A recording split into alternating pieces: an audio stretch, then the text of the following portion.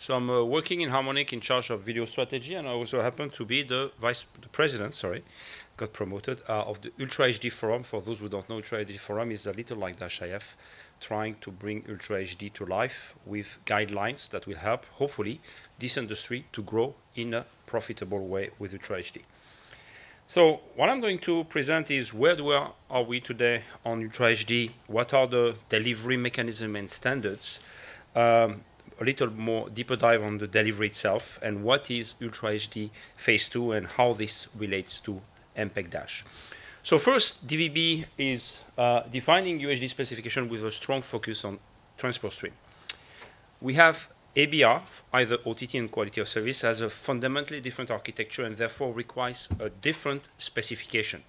You can imagine that if you have multiple profiles, you can address the backward compatibility in a different manner than the broadcast guys are going to do.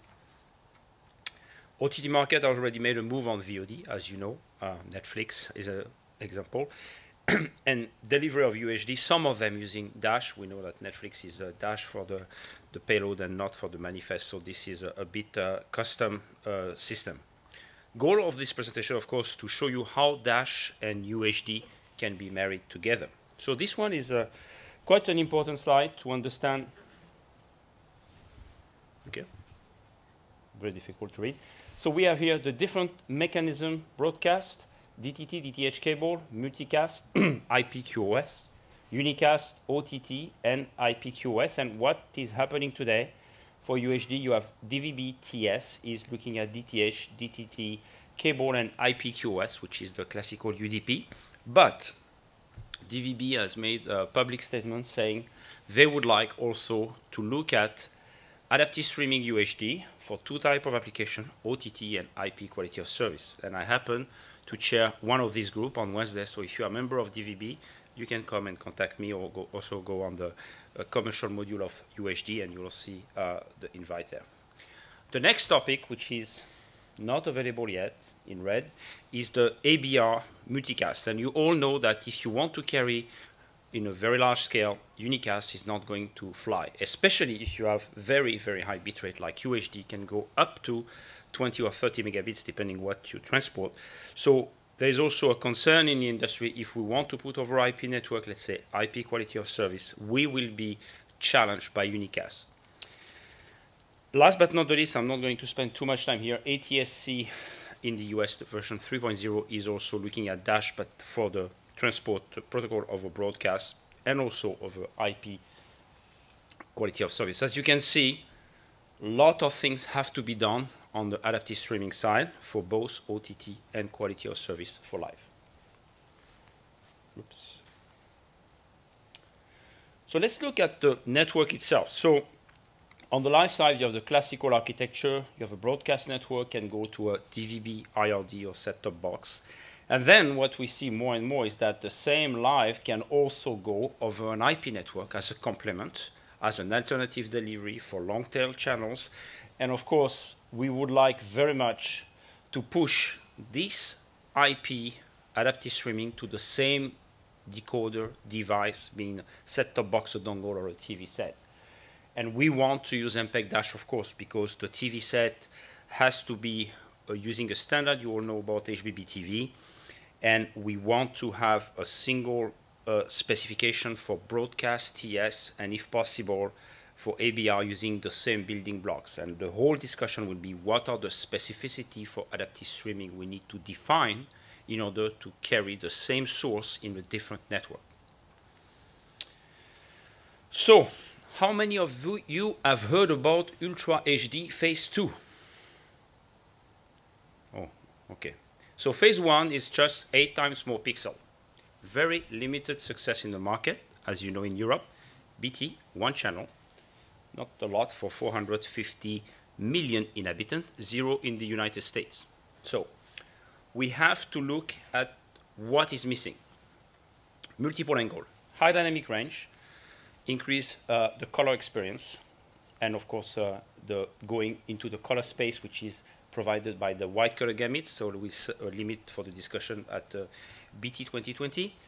One of the hot topic, increase the frame rate from 60 to 120 frames per second. And here there's a lot of options, scalable, temporal scalable, simulcast? Is it a true capture of 60, or is it 120 down converted in the decoder? And then, last but not the least, next generation audio, a lot of options, DTS, Dolby, Fraunhofer. So a lot of companies are trying to push their technology, and to be honest, I don't think there is today a winner. So what we see here, we have diversity in the HDR, where I think 4 or 5 different competing systems trying to get standardized. White color gamut is a little simpler, high frame rate, multiple way to skin the cat, and then NGA, at least 3 different audio systems. So at the end of the day, if you want to carry all that in the broadcast mechanism, the decoder will have to support all the options. In a unicast adaptive streaming way, you will be able to send only what a certain group of decoders can support, and therefore you'll be able to address, let's say, the phase 1 decoder or the simple phase 2 decoder or the very advanced decoder. Just sending the profile, the decoder will negotiate with the server. So I try to put here all the different type of phase we see. Phase 1, that's what's deployed today. HDR non-backward compatible. This is what HDR10 is about. I send a stream only to an HDR TV set and not to a SDR TV set. Then there is this whole discussion of HDR backward compatibility. My set-top box will be able to feed a TV set, which is a legacy TV set, which is going to be 95%, we believe, of the install base by 2017 and 18. And then the same for high frame rate. Non-backward compatible, if you are only 120 frames decoder, you can deal with it. Or if it's sent in a scalable way, then the decoder will only decode what it can decode and address the TV, legacy TV set. So we see different phase, legacy, non-backward compatible HDR, backward compatible HDR, non-backward compatible HFR, and backward compatible HFR. So multiple phase. And what we think is that adaptive streaming is a great way to solve this problem, because phase by phase you can have new profiles, and the new decoder will catch up the new capability. The old decoder will always fall back on whatever was specified in the profile. So you can segment your decoder base having a specific profile for each decoder. This could be your first generation TV, the one you buy today. This could be your first generation HDR, like HDR10.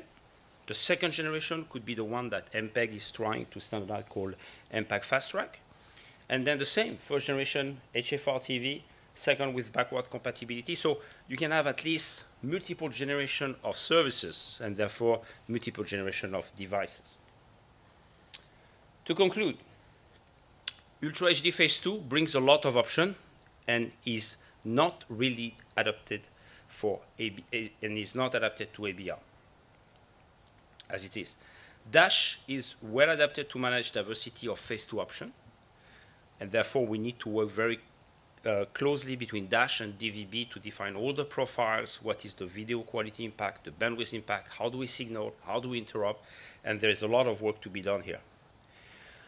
So, as I mentioned, DVB has started at this IBC to look at standardized UHD Phase 2 for ABR delivery for quality of service or OTT delivery. And of course, we would like to have the same specification for VOD and live. Live ABR still needs to be addressed, and this is the whole ABR multicast discussion, which is also part of DVB, but here it's more study phase. We have to figure out if we have whatever exists in existing standards or specification. And the second question is, how can we make a standard that can go across all the network, DOCSIS, telcos, and even enterprise network with some multicast capability. So just one banner of advertisement, if I may. Harmonic is committed to Ultra HD, so I'm chair of Ultra HD From, and also actively participating in Dash, IF, DVB, and the brand new Ultra HD From. And if you have any question, I'll be more than happy to spend more than 5 minutes on Ultra HD, which is the future. Thank you.